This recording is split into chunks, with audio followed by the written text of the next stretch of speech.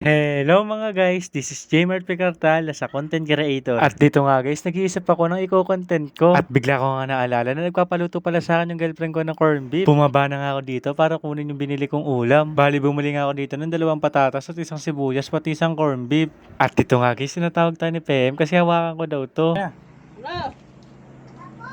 Basta mo yun. Ah! Pinapahawak niya nga sa akin yung saksakan ng clip pad. Bali nag-react na nga lang ako na kunyari na kuryente ako kahit hindi naman. Hinugasan ko na nga rin pala dito yung binili natin patatas pati sibuyas. Kinukuskus ko nga siya dito hanggang sa matanggal yung libag niya. Huy, sinong niya? Bali nga pagkatapos ko hugasan yung patatas tsaka sibuyas ay diniretso ko na rin silang hiwain. Pagkatapos ko nga hiwain yung patatas tsaka sibuyas ay binuksan ko na rin tong kalan. Pagkatapos ko nga buksan yung kalan, nilagay ko na rin dito yung kawali at nilagyan ko na rin siya ng mantika. Nang uminit na kagad yung mantika, nilagay ko na rin kagad dito yung sibuyas para igisa. Pagkatapos ko nga igisa yung sibuyas, nilagay ko na rin kagad dito yung patatas para igisa. Di ko alam kung tama ba yung ginagawa ko, basta alam ko ginigisa ko na sila ng ginigisa. Dahil di ko alam kung tama ba yung ginawa ko, kaya naman sumayaw na lang ako para mas malala. Huy, sumayaw pa!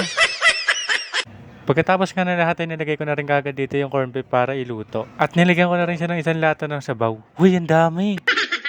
Dapat pala kalahati lang pala ng lata na nilagay ko sa sabaw. Pagpasensyahan nyo na guys, minsan lang maging tanga. So hindi na nga pala corned beef ang niluluto natin kundi lugaw. Bali tawagin na lang pala natin to ng sabaw na may konting corned beef. Nilagyan ko na nga rin pala siya ng konting asin para kahit pa paano magkalasa siya. Bali, tinakpan ko muna nga to hanggang sa maluto to. After 5 minutes, binuksan ko na rin para tignan ko ano na nangyari sa lugaw natin. At ito na ang specialty ng pares. Akala ko talaga lugaw lang talaga ang dinadamihan ng sabaw, pati rin pala tong corned beef na damihan ko ng sabaw. At pagkatapos ko nga magluto ay kumuha na rin ako ng plastic para pagbalutan yung baby cakes ko. Arr! Dati talaga meron siya lagayan ng baonan pero dahil hindi niya iniingatan kaya naman dito ko na nilalagay sa plastic. Pinagbalot ko na rin pala siya dito ng kanin para hindi na siya bumili doon sa labas. Medyo mahaba-haba yung lalakarin natin kaya naman samahan niyo ako. Update ko nga kayo guys, nasa labas na pala ako nito at malapit na ako papunta sa kanya. Nung nakakita nga ako ng tindahan, bumili na rin pala ako ng lagayan para dito niya ilalagay yung pagkain niya.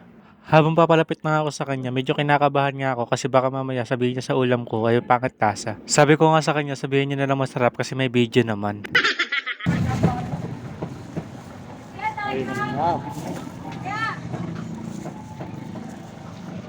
Kamayin mo para mas masarap. Hindi mo.